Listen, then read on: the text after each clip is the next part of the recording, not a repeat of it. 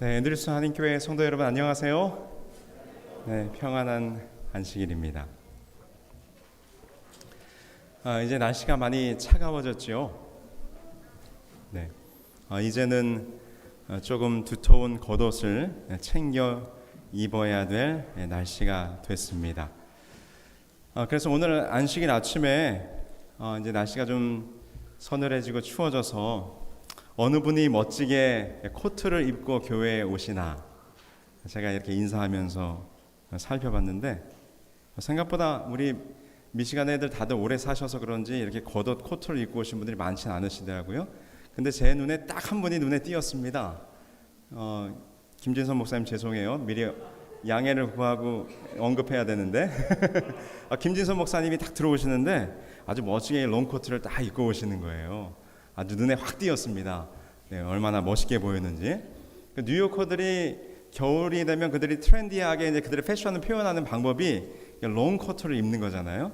네, 근데 이제 그 뉴요커들이 입는 그 코트는 이게 바닥에 끌릴 만큼 아주 긴 코트를 그렇게 입는다 그래요. 그게 이제 일종의 이제 뉴요커들이 멋을 내는 그런 방법인가 봐요.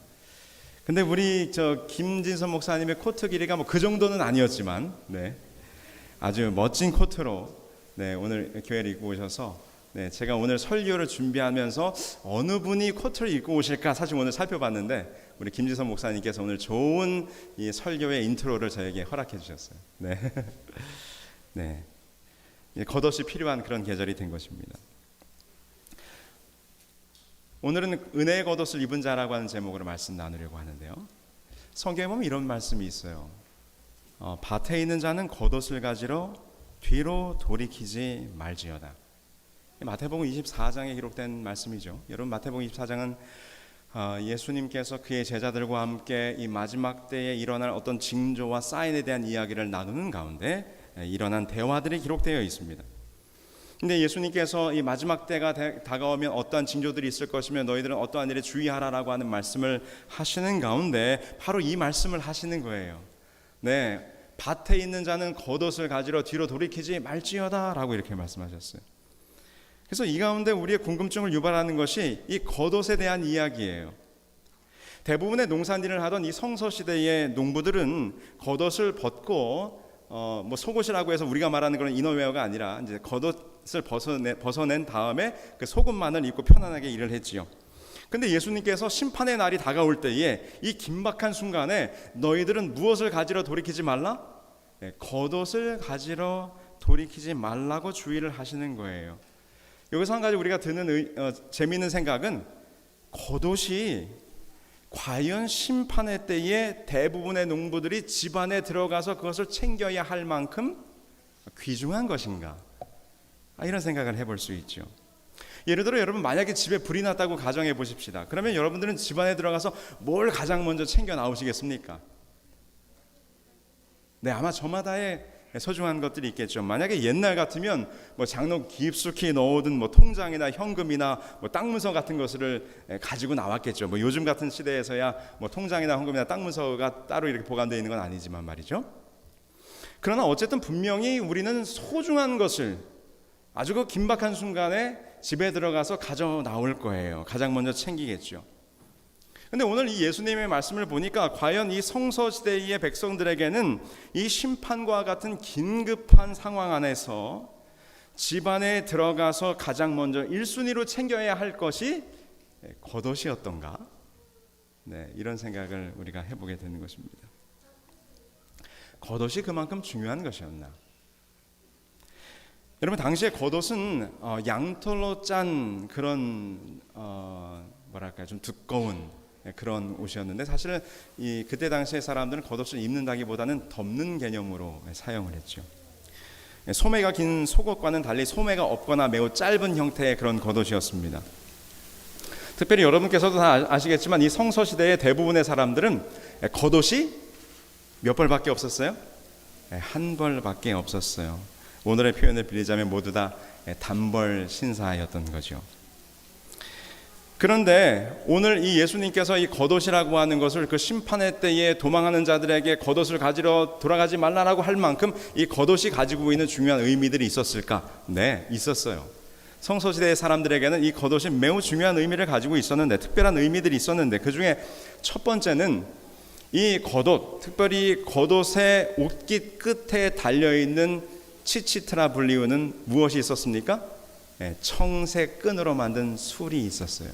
이것은 민수기서에 보면 하나님의 계명에 따라 순종하기로 약속한 백성들이 내가 이제 하나님의 백성임을 나타내는 표징으로서 그 겉옷의 술에 청색 끈을 달아서 술을 했습니다. 그러므로 이 겉옷, 거기에 달려있는 술은 내가 하나님의 백성임을 나타내는 매우 중요한 영적인 의미가 담겨져 있는 거죠.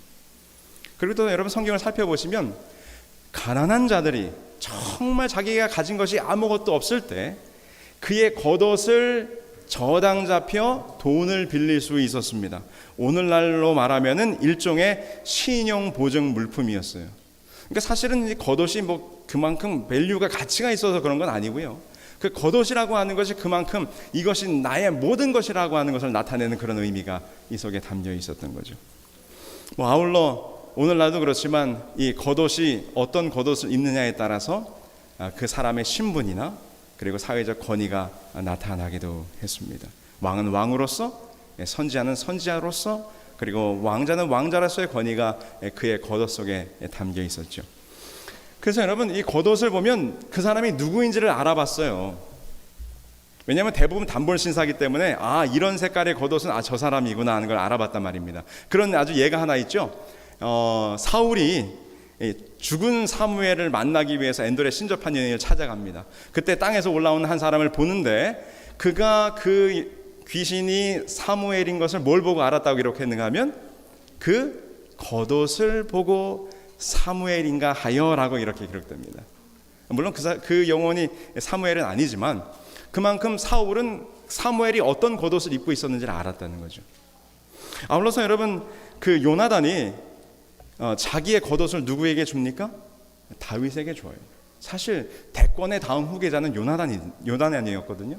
그러나 그가 보기에 하나님이 택한 자는 다윗인 것을 깨닫고 자기의 겉옷을 벗어 다윗에게 주므로 자기의 대권의 후계자의 권위를 그 다윗에게 인계했다고 하는 것을 우리는 생각해 볼 수 있는 것이죠.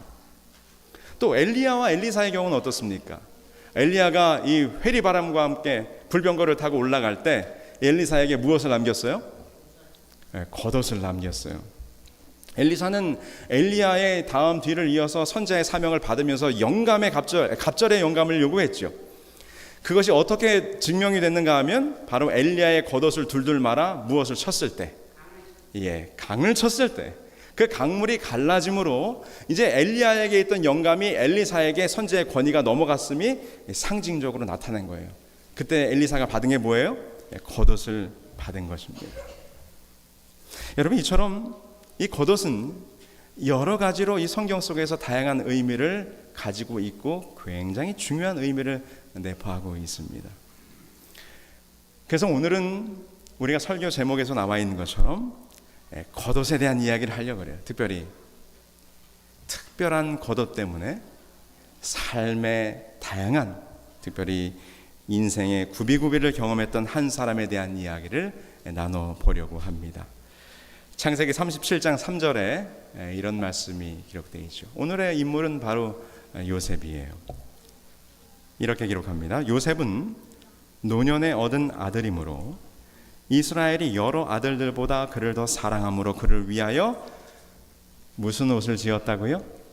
채색 옷을 지었더니. 여러분들이 이 이야기는 다 잘 알죠. 야곱에게는 부인이 둘이 있었습니다. 레아와 라헬. 그러나 야곱은 누구를 더 사랑했죠? 라헬을 더 사랑했어요. 그녀를 위해서 7년을 일하고도 7년을 더 일할 만큼 라헬을 더 아끼고 사랑했어요. 근데 그녀가, 라헬이 막내 아들인 베냐민을 낳다가 죽게 됩니다. 그러자 이 자기의 사랑하는 아내를 잃었던 야곱은 그의 사랑의 방향이 어디로 가는가 하면 바로 자기 신이 사랑했던 여인이 낳았던 아들 요셉에게로 그 사랑이 향하게 됐어요. 근데 여러분 이 영감의 글을 읽어보시면 그 야곱이 12아들이나 있었기 때문에 그 가족 문제가 참으로 복잡하고 힘들었어요. 그래서 야곱이 참 그의 말년의 삶이 이 형제들 간의 다툼과 시기와 질투 때문에 매우 곤욕을 치루었음을 우리가 잘 압니다. 그런데 부조와 선지자에서는 기록하기를 그 아들들 가운데 모두가 다 시기하고 질투하고 아주 싸우고 분쟁하는 그 아들들 가운데 요셉은 달랐다라고 기록합니다. 그는 아름다운 인품을 가졌고 마음속에 내적인 미가 있으며 순결하고도 활동적일 뿐만 아니라 하나님의 말씀과 아버지의 말씀에 늘 순종하는 아들이었다라고 기록합니다. 그러니까 단순히 라헬의 아들이기 때문이 뿐만 아니라 그 요셉의 모습을 보면 사랑할 수밖에 없는 그런 아주 사랑스러운 아들이었던 것 같아요. 물론 10손가락 깨물어 안 아픈 손가락 없지만 그래도 마음이 가는 자녀가 있으시죠? 네. 그래서 이제 그의 아버지는 그 사랑의 표현을 무엇으로 그 아들에게 주었는가 하면 아주 아름다운 채색 옷을 만들어 그에게 주게 됩니다. 근데 여러분, 이 채색 옷이 더욱더 그 형제들 간의 갈등과 분쟁을 일으키는 요인이 되죠. 다른 형들은 아버지가 그의 아들, 그의 동생 요셉을 더 사랑하는 편애의 증거로서 그것을 받아들였어요. 더 나아가서 어떻게까지 오해했습니까? 아버지가 그에게 있는 장자의 권한을 누구에게? 첫째 형, 둘째 형, 셋째 형도 아니고 막내인 요셉에게 그것을 물려주지 않을까라는 두려움으로 형들은 더 요셉을 미워하게 됐어요. 그래서 이 채색 옷은 이 형들 사이에서, 이 형제들 사이에서 이 요셉을 미워하게 되는 아주 중요한 요인으로 자리 잡게 됩니다. 혹시 여러분들은 어릴 적에 늘 형이나 누나나 형이나 언니에게만 좋은 옷을 사주고 동생에 대해서 늘 그것을 물려 입어서 좀 서운했던 그런 기억은 없으신가요? 네네, 우리 저기 전도사님께서 손을 드시는데 죄송합니다, 서인규 목사님, 제가 미리 또 양해를 못 구했어요. 사진 하나 있죠? 네.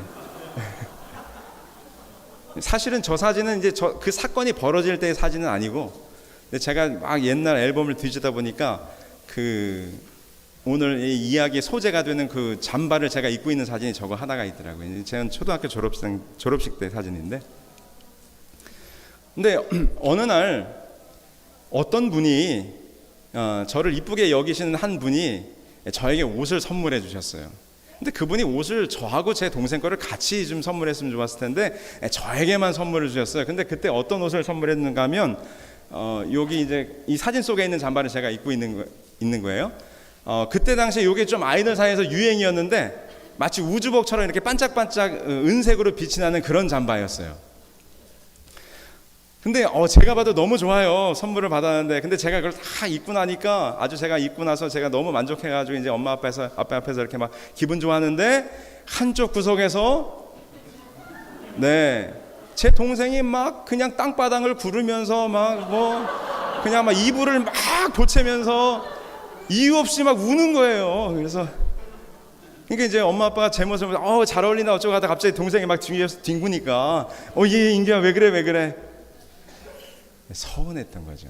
자기도 뭐 갖고 싶은데 저 반짝이는 우주복 잠바 갖고 싶은데 그래서 할 수 없이 제가 선물 받은 옷을 제 동생에게 주고 저는 그 후에 제가 다른 그 비슷한 옷을 제가 샀어요. 근데 그 옷이 이제 저겁니다. 근데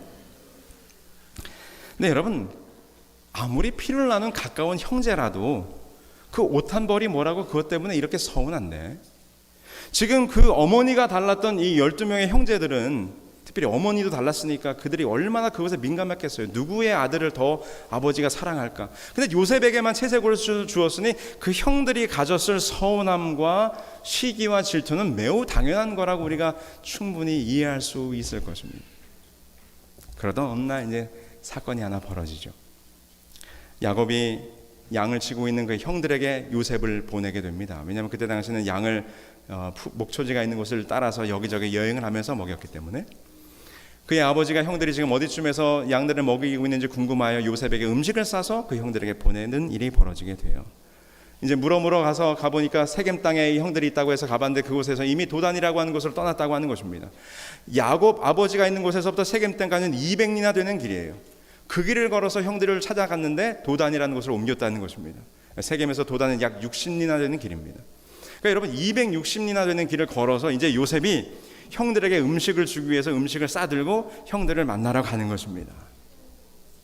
그런데 그 먼 길을 돌아 형들을 찾아왔지만 그 동생을 대하는 형들의 반응은 너무나 기대했던 것과는 달랐어요. 성경은 이렇게 말합니다.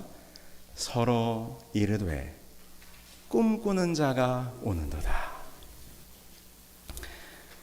부조와 선지자에서 그 요셉이 저 멀리서 형들을 부르면서 다가오는 모습을 바라보는 형들의 이 마음을 아주 적나라하게 묘사하고 있는데 우리 함께 보실까요? 이렇게 얘기했어요. 형제들은 그가 가까이 오는 것을 보았다. 그가 그들을 만나기 위해 오랫동안 여행했으리라는 생각도, 그가 몹시 피곤하고 무척 배가 고프리라는 생각도, 그들의 따뜻한 환영과 형제 우애를 그가 무척 갈망하리라는 생각도 그들의 중후심을 누그러뜨리지 못했다. 여기 이렇게 얘기해요. 아버지의 사랑의 증거인 겉옷을 보자 그들은 미칠 지경이었다.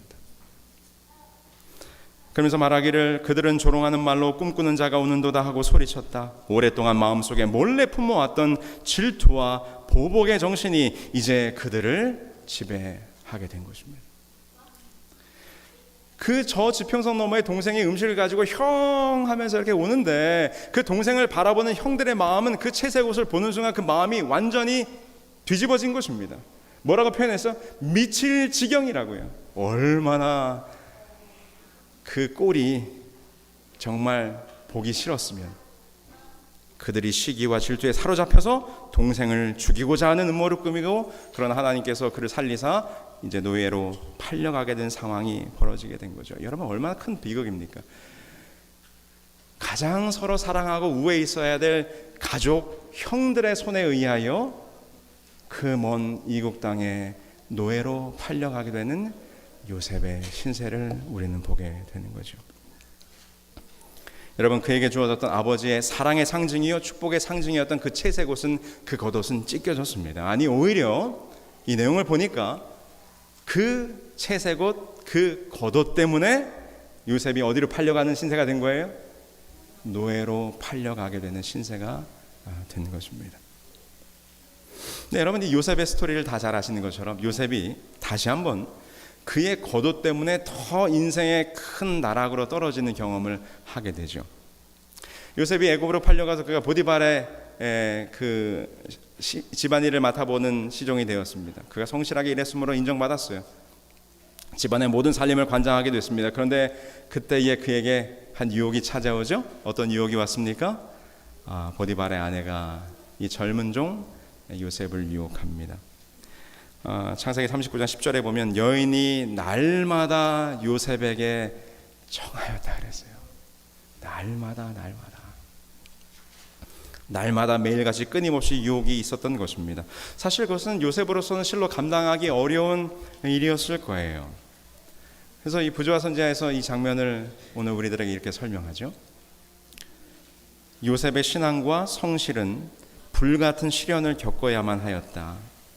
그의 주인의 아내가 요셉으로 하여금 하나님의 율법을 범하도록 유혹하려고 몹시 애썼다. 지금까지 그는 이교도의 나라에 범람하고 있는 부패로 말미암아 오염되지 않았다. 그러나 매우 돌발적이요 매우 강하고 매우 매혹적인 이 시험을 그가 어떻게 대처해 나갈 것인가. 근데 요셉은 이 유혹을 뿌리칠 때, 또 그것을 받았을 때 어떠한 일이 벌어졌는지를 잘 알고 있었어요.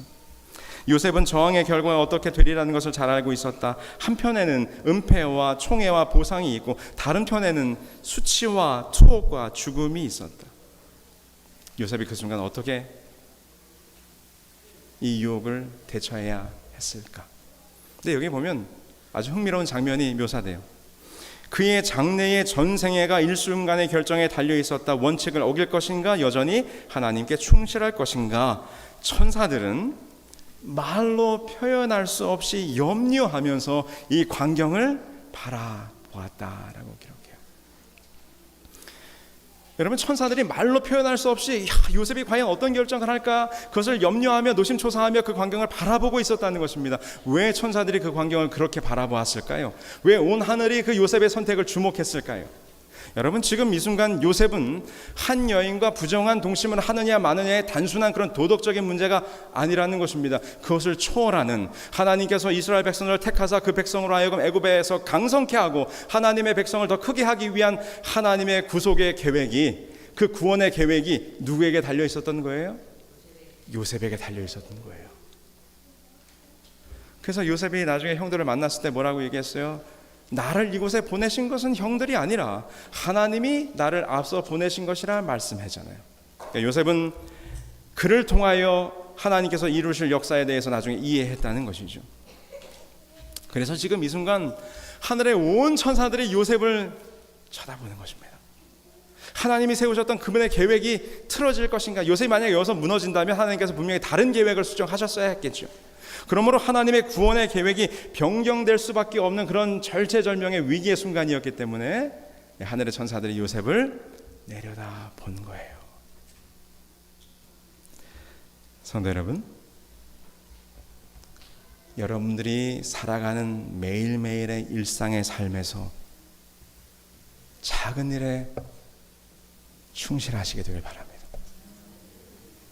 아무리 작은 일이라도 그것을 통하여 우리를 단련하시고 우리를 이 마지막 시대의 큰 사명을 감당할 마지막 남은 자손으로 우리를 택하사 우리에게 큰 사명을 맡기실 하나님의 계획이 오늘 나의 작은 실수 때문에, 오늘 나의 작은 선택의 실수 때문에 하나님의 계획이 어그러질 수도 있다는 사실을 기억하셔야 합니다. 요셉이 매일매일 유혹하는 보디발의 아내의 유혹을 물리친 것처럼 우리의 삶 속에서 크고 작게 밀려오는 시험과 유혹들 앞에서 그 작은 선택의 순간마다 언제나 하나님의 원칙에 바로 서는 우리 앤드루스 한인교회 모든 가족들이 되기를 간절히 소망합니다. 자, 요셉이 어떤 선택을 했습니까? 그는 하나님의 원칙에 바로 서는 선택을 했어요. 그리고 여주인의 유혹을 뿌리치고 도망하는데 이제 이런 사건이 벌어지게 된 것입니다.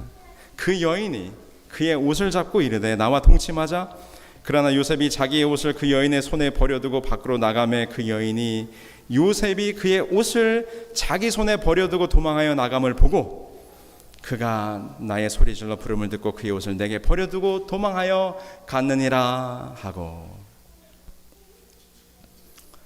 지금 요셉은 아내를, 그 여주인을 범하기 위해 들어온 것이 아니죠. 근데 그 여주인이 그 요셉을 누명을 씌우는데 아주 결정적인 증거가 하나 남게 됐어요. 무엇이 그 침실에 남겨져 있는 거예요? 요셉의 옷이 벗겨져 있는 거예요. 여기. 그것이 여러분 결정적인 증거가 돼서 그는 죄인의 몸으로 감옥에 들어가게 됩니다. 다시 한번 자신의 겉옷 때문에 그의 인생이 더 어려움 가운데 들어가게 되는 고난을 요셉이 경험하게 되는 것입니다. 감옥에까지 들어갔어요. 근데 요셉은 거기서도 성실했죠.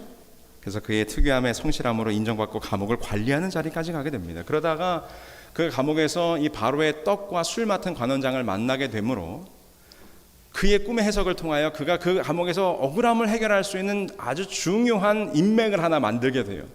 술 맡은 관원장이 복직이 되면서 요셉이 부탁하죠. 뭐라고요? 제발 궁에 가거든 나의 억울함을 바로에게 얘기해달라고 하는 부탁을 하게 됩니다. 얼마나 희망에 부풀었을까요? 그런데 술 맡은 관원장이 어떻게 되었습니까? 창세기 40장 22절로 23절에 기록하기를 떡 굽는 관원장은 매어 달리니 요셉이 그들에게 해석함과 같이 되었으나 술 맡은 관원장이 요셉을 기억지 않고 어떻게 했더라? 잊었더라. 술 맡은 관원장이 복직한 이후에 요셉은 2년 더 감옥에서 생활하게 됩니다. 그의 마음속에 불타오르던 희망이 서서히 꺼져가고 부조화 선지에 보니까 배은 망덕의 쓰라린 고통이 그의 마음속에 더해졌다. 내가 그 꿈을 해석해줘서 이 술 맡은 관원장이 복직하고 그런 은혜를 입었는데 이 사람이 가서 좀 잘 얘기해 주길 바랬는데 어떻게 해요? 술 맡은 관원장이 완전히 잊어버린 거예요. 이제는 이제 배신감까지 이 요셉의 마음을 더욱더 힘들게 한 것입니다. 근데 여러분, 사람이 당하는 이 비통함이라고 하는 거, 참 자기 자신이 너무 애처롭고 자기 자신이 너무 안 되는 그 순간이 언젠가 하면 그 중에 가장 큰 그런 감정이 무엇인가 하면 내가 다른 사람들로부터 잊혀졌다고 할 때 사람들은 매우 절망하고 비통한 감정을 느낍니다. 여러분, 이 사진 속 장소가 어디인지 아시겠죠? 교도소에 있는 이제 접견실이라고 하죠. 가족이나 아는 사람이 찾아오면 만나는 장소입니다. 혹시 교도소의 삶을 살아보신 분이 있으신가요? 이 자리에? 이런 말이 있더라고요. 수감된 이들이 지닌 거라곤 시간뿐이라 그 시간을 죽이며 사는 것이 교도소의 삶이다. 공감이 되죠? 네. 근데 존 하트라고 하는 작가는 이런 말을 했어요. 조금 다르게 이걸 접근했는데, 시간이 사람을 죽이는 곳이 감옥이다. 아무런 희망도 없이 매번 반복되는 똑같은 일상의 삶을 살아가는 수감자의 삶이란 그런 것이죠. 특별히 기약 없는 무기수는 그저 흘러가는 시간을 죽이며 사는데 오히려 그 지루하고 먹먹한 시간에 자기 자신이 잡아먹히고 마는 그런 삶을 사는 것이 이 수감자들의 삶이라는 거예요. 그런데 여러분, 이 지루하고도 정말 낙심 가운데 살아가는 이 수감자들의 삶 가운데도 그들의 마음속에 생기를 주고 에너지를 주는 때가 있다 그래요. 그게 언제인가 하면 바로 누군가 나를 찾아 면회 왔을 때라는 것입니다. 제가 시카고 한마음교회 사역하고 있을 때 어느 날 한 집사님으로부터 급한 연락이 왔어요. 자기 아들이 이민국에 잡혀갔다는 것입니다. 뭐 상황 아시겠죠? 이 아들과 그 부모님, 그 가족이 다 불체자예요. 근데 아들이 잡혀갔는데 이제 뭐 상황은 뭐 어떤 그 교통사고 같은 비슷하게 아주 경미한 사고가 났는데 경찰이 이제 그 친구의 그 형제의 신분을 확인하는 과정 속에서 어떻게 그게 드러나면서 이제 그게 이민국으로까지 이제 송치가 된 거예요. 그래서 이제 이 아들이 잡혀갔는데 이제 그 집사님 너무 이제 다급한 거죠. 어떻게 하면 좋습니까? 제가 이제 그 형제가 잡혀 있는 그 이민국 구치소가 따로 있다. 근데 그게 뭐 시카고에 있는 게 아니고 위스콘신으로 한참 올라가야 돼요. 근데 길을 가는데요, 정말 시골이에요. 아무것도 없어요. 여기 가면 뭐가 있을까? 근데 여러분, 영화나 이런 데 보면 미국 정부기관들이 항상 어디 뭐 이렇게 아무것도 없는 시골 일 한가운데 있잖아요. 근데 한참을 위스콘신 올라가다 보니까 그 이민국 관리에서 관리하는 그 구치소가 나타나요. 건물이.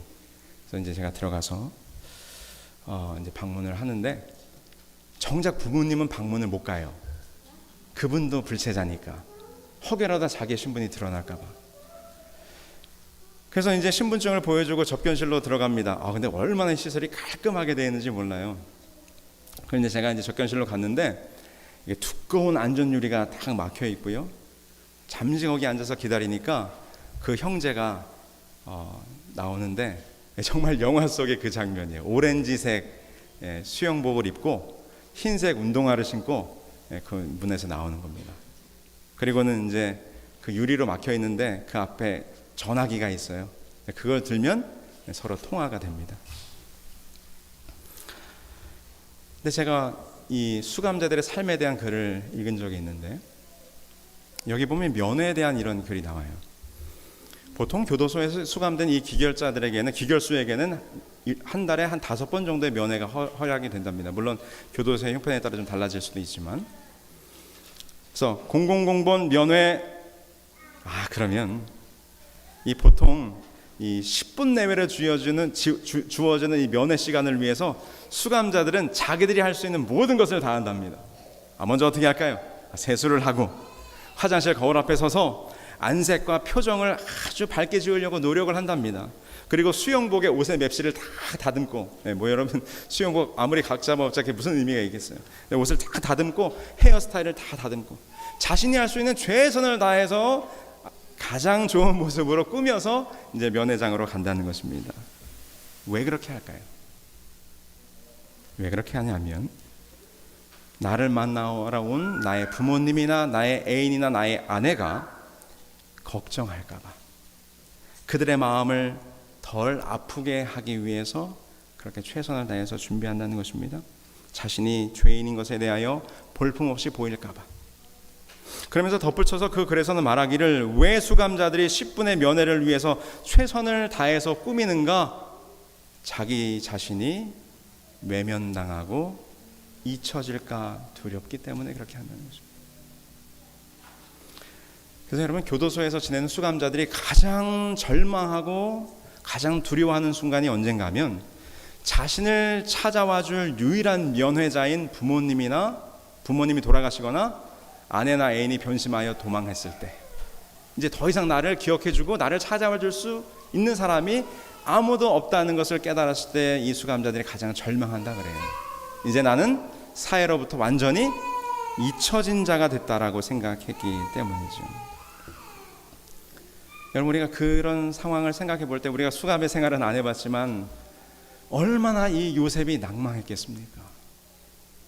자기의 억울함을 풀어줄 유일한 인맥, 그 술 맡은 관원장이 자기에 대해서 이야기해 줄 줄 알았는데, 철석같이 믿었는데 2년의 시간이 흘러가도록 아무런 연락도 없고 성경 기록하기를 그가 요셉을 잊었다라고 기록하는 것입니다. 그런데 여러분, 우리 하나님은 참으로 감사한 분이시죠? 세상의 모든 사람들이 요셉을 기억하지 못하고 그에게 큰 은혜를 입은 술 맡은 관원장도 그를 잊어버릴지라도 우리 하나님께서는 요셉을 기억하고 계시는 것입니다. 이사야 44장 21절에 보면 이런 말씀이죠. 야곱아, 이스라엘아, 이를 기억하라. 너는 내 종이라. 내가 너를 지었으니 너는 내 종이니라. 이스라엘아, 너는 나의 잊음이 되지 아니하리라. 네, 그렇습니다. 우리 하나님은 결코 우리를 잊지 않으시는 분입니다. 우리가 어떠한 형편에 어떠한 상황 가운데 있다 할지라도, 혹 세상의 사람들은, 나의 친구들은, 나의 가족들은 나를 잊어버린다 할지라도 누구는 우리를 기억하시는 분이에요? 하나님은 우리를 기억하시는 분이란 사실, 이 약속이 오늘 우리들의 마음속에 얼마나 큰 감동이 됩니까? 그래서 여러분, 이 잊지 않으시는 하나님께서 드디어 요셉을 그 감옥 가운데서 건져내시는 것입니다. 그리고는 보니까 그의 옷을 바꿔 입히십니다. 바로가 또 요셉에게 이르되 내가 너를 애굽 온 땅의 총리가 되게 하노라 하고 자기의 인장 반지를 빼어 요셉의 손에 끼우고 그에게 세마포 옷을 입히고 금사슬을 목에 걸어줍니다. 여러분, 감옥에서 불러내서 그가 입고 있었던 수영복을 벗기시고 그에게 새로운 옷을 입히시는 거예요. 여러분, 그 옷은 능력의 옷이에요. 권위의 옷이에요. 권력의 옷이었어요. 애굽 왕 다음으로 그 나라를 통치하는 막강한 힘을 가진 권력의 옷을 상징하는 그런 겉옷이었어요. 감옥에서 건져내요. 그의 형들에 의하여 찢겨졌던 세마포 옷을 하나님이 다시 회복해 주시는 사건이 벌어지는 것입니다. 참 놀랍지 않습니까? 이것이 바로 우리 하나님의 놀라운 구원이죠. 영원히 죄 가운데 죽음의 시간만을 바라보며 죽을 수밖에 없는 우리들을 감옥에서 건져내요. 우리의 더러운 죄악의 옷을 벗기시고 하나님의 은혜의 옷으로 다시 입혀주시는 하나님.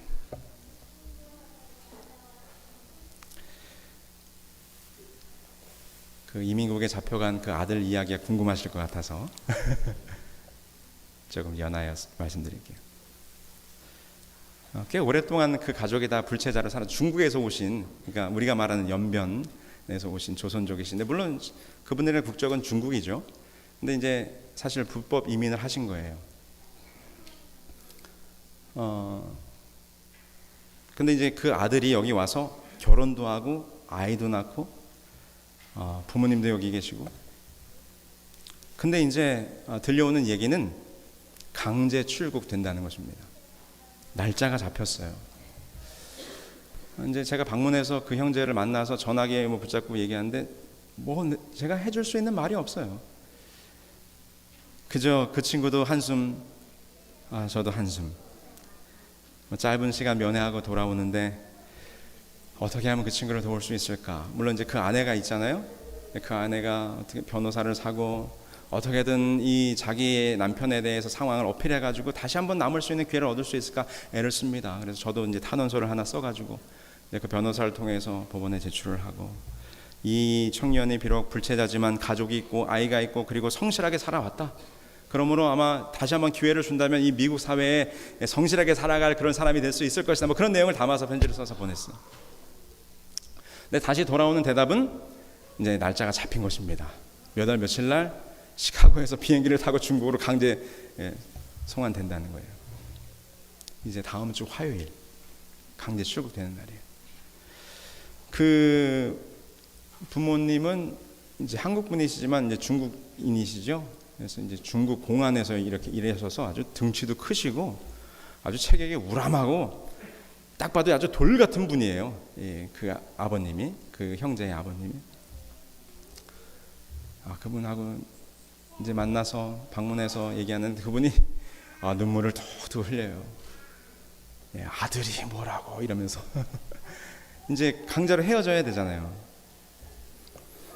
이제 다음 주 화요일이면은 이제 출국인데 월요일 날 이제 전 교우들에게 참여하실 수 있는 분들은 교회에 와서 기도하기를 요청했고 오지 못하시는 분들은 있는 자리에서 기도해달라고 하는 요청을 하고 아침부터 교우들이 모여서 계속해서 기도하기 시작합니다.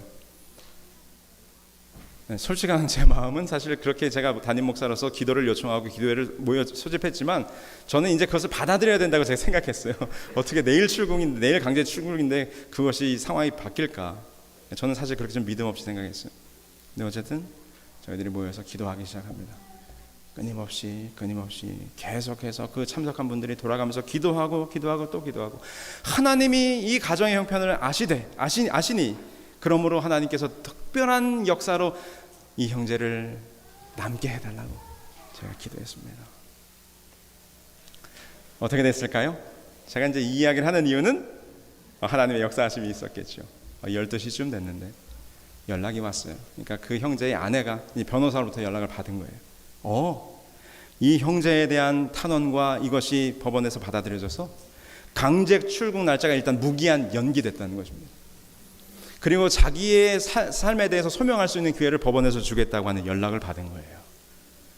얼마나 감사한지. 정말 하나님께서 그 형제를 굽어보시고 살펴보신다는 그 경험을 온 교우들이 한 거죠. 놀라운 것은 하나님은 항상 전화위보. 그 형제가요 나중에는 워크 퍼밋을 받게 됐고 이제 영주권을 받을 수 있는 자격을 취득하게 됩니다. 오히려 그가 숨어 살 때는 그런 기회를 얻지 못했는데 오히려 그것이 드러남으로 아주 기이한 섭리로 그 형제가 지금은 합법적으로 지금 체류하여 가족과 함께 살 수 있는 축복을 얻게 됐어요. 머지않 얼마 지나서 그 구치소에서 나왔죠. 교회를 왔어요. 오렌지색 죄수복이 아니라 말쑥하게 양복을 차려입고 안식일에 왔습니다. 그의 모습이 그의 삶이 온통 감사와 찬양이 넘치는 모습으로 교회에 참석하게 됐습니다. 성도 여러분, 이것이 우리가 할 수 없는 일을 행하시는 하나님의 구원의 능력이죠.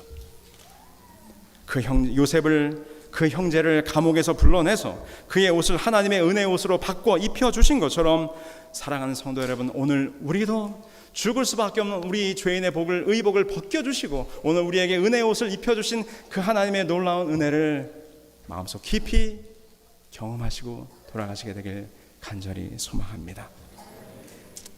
오늘 본문의 스가랴 3장 3절로 5절에 이렇게 말씀하시죠. 그 더러운 옷을 벗기라 하시고 또 여호와에게 이르시되 내가 내 죄가를 제하여 버렸으니 내게 아름다운 옷을 입히리라. 오늘 최고의 옷을 우리들에게 입혀주시며 특별히 그분이 피 흘리시고 그분의 옷이 벗겨지시고 그분이 채찍 맞으심으로 인하여 오늘 우리들에게 입혀주신 그분의 가죽옷, 그 아름다운 은혜의 옷을 마음속으로 늘 간직하시는 여러분 모두가 되기를 간절히 소망합니다. 마지막으로 이 한 이야기를 나누고 마치려고 해요. 괄호 안에서 알맞은 말을 고르시오. 여러분들의 국어 실력을 한번 테스트해 보겠습니다. 이제 국어 실력이 밥 먹여준다라는 책에 나오는 이야기인데 제가 한 문장을 보여드릴게요. 입은 혹은 걸친 거지는 얻어먹어도 벗은 거지는 못 얻어먹는다. 여기서는 입다라는 말이 들어가야 될까요? 걸쳤단 말이 들어가야 될까요? 네. 어려우세요? 네, 여기서는 입은 거지가 들어가야 됩니다. 그 다음에 하나 더 보여드릴게요. 그 다음에 보람이가 교복 상의를 아무렇게나 입은 혹은 걸친 모습으로 나타났다. 이건 좀 더 쉽죠. 네, 아무렇게나라는 말 속에서 이 보람이가 옷을 단단히 여미어 입은 것이 아니라 그냥 어깨에 자유분방하게 걸쳤다고 하는 것을 우리는 알 수 있습니다. 여기서는 걸치다라고 하는 표현이 맞을 거예요. 여러분, 입기보다는 걸치는 것이 쉽습니다. 옷을 입는다라고 하는 것은 왠지 귀찮고 번거롭게 느껴지지만 걸친다는 것은 비교적 가볍게 쉽게 해낼 수 있는 일처럼 느껴지죠. 그래서 옷을 입으려면 어느 정도 주의와 노력을 기울여야 돼요. 단추도 위에서부터 아래까지 잘 맞춰서 끼워야 되고, 지퍼도 꼬이려면 지퍼의 그 첫 일을 잘 맞춰야 하는 것입니다. 근데 옷을 걸치는 데는 단추를 여밀 필요도 없고 지퍼를 올릴 필요도 없기 때문에 가볍게 그냥 어깨 위에 걸치는 이름으로 훨씬 쉽고 단촐한 그런 의미를 우리들에게 전달하죠. 그 다음에 이 입다라고 하는 말과 걸치다는 말은 또 다른 의미를 우리들에게 알려주는데, 이 걸친다라고 하는 것은 부분적이라는 의미를 주고 있고요, 입다라고 하는 것은 전체를 표현합니다. 우리 재림 성도들이 이런 말을 할 일은 없겠지만, 보통 우리 이제 사회에 계시는 분들이 친구들을 만나면 한 잔 뭐 한다 그래요? 걸친다. 오늘 한 잔 걸칠까? 이렇게 얘기하잖아요. 근데 여기서 한 잔 걸친다라고 하는 말은 미리 약속되고 계획된 약속이 아니라 친구를 만났으니까 오늘 가볍게 한 잔 해볼까? 즉흥적이고, 그 다음에 자유분방하며 또 아무렇게나 할 수 있는 그런 가벼운 뜻의 의미로 사용되는 거예요. 우리가 이제 걸친다는 말을 또 어디서 쓰는가 하면, 의자에 앉을 때도 의자에 걸터 앉는다 이런 표현 하잖아요. 이 의자에 걸터 앉는다는 말은 엉덩이를 의자에 깊숙이 넣고 등받이까지 어깨를 딱 받쳐서 이렇게 깊이 앉는 게 아니라 살짝 엉덩이만 걸터 앉아서 언제든지 쉽게 일어날 수 있는 그런 형국, 그런 모양으로서의 부분을 의미하는 거죠. 근데 여러분, 반대로 입는다라는 표현은 보통 우리가 어떤 말을 쓰냐면 은혜를 입었다라고 표현해요. 그리고 피해를 입었다라고 표현하죠. 그래서 이 입는다라는 말 속에는 온전하고 전체적이며 본격적이고 전면적인 그런 의미가 이 있는다라는 말 속에는 담겨져 있는 것입니다. 그러면 이제 오늘의 설교의 제목이자 오늘의 주제로 돌아와서 우리 성도 여러분, 여러분들은 은혜를 입은 사람입니까? 걸치고 있는 사람입니까? 우리는 종종 주님의 은혜를 잠깐 걸친 사람처럼 살아갈 때가 많이 있습니다. 여러분, 우리의 삶에 추위가 몰려올 때 우리는 하나님을 찾지요. 평소보다도 더 열심히 기도합니다. 그리고 하나님의 도움을 얻기 위하여 은혜의 옷깃을 더 여미는 것처럼 합니다. 그러나 잠깐 추위가 사라지고 나면 언제 그랬냐는 듯 신앙의 옷을, 믿음의 옷을, 은혜의 옷을 번거롭고 귀찮은 것으로 여겨 그것을 벗어 던지고 마치 하나님 없는 것처럼, 예수님의 은혜 없는 것처럼 우리가 살아가고 있지 않습니까? 언제든지 필요하지 않으면 벗어 던져버리고 마는 성도 여러분, 혹시 지금도 이렇게 은혜를 걸친 사람으로 살아가고 있지는 않으신지요? 여러분, 우리는 주님의 은혜를 걸친 사람들이 아니라 온전히 입은 사람들이 되어야 할 것입니다. 이제 곧 머지않아 미시간에 추운 겨울바람이 불겠죠? 추운 바람이 불어오듯이 우리 신앙에도 추운 겨울이 다가올 거예요. 살을 애는 듯한 바람이 불고 눈앞이 보이지 않을 만큼 눈보라가 몰아칠 때 여러분들의 은혜의 옷을 더 단단히 여미시게 되길 바랍니다. 그 단추를 더 꼼꼼히 채우시길 바랍니다. 그래서 우리의 삶에 어떠한 시험이 닥친다 할지라도 우리는 우리 주님께서 주신 그 은혜의 옷을 단단히 입으심으로 우리를 저 죽음 가운데서 건져내어 새로운 은혜의 옷을 입혀주신 그 은혜의 옷을 단단히 입으심으로 영적 추위가 다가올 때 그 시험 가운데서도 능히 승리하시는 우리 앤드류스 한인교회 모든 가족들이 되길 바라면서 말씀을 마치겠습니다.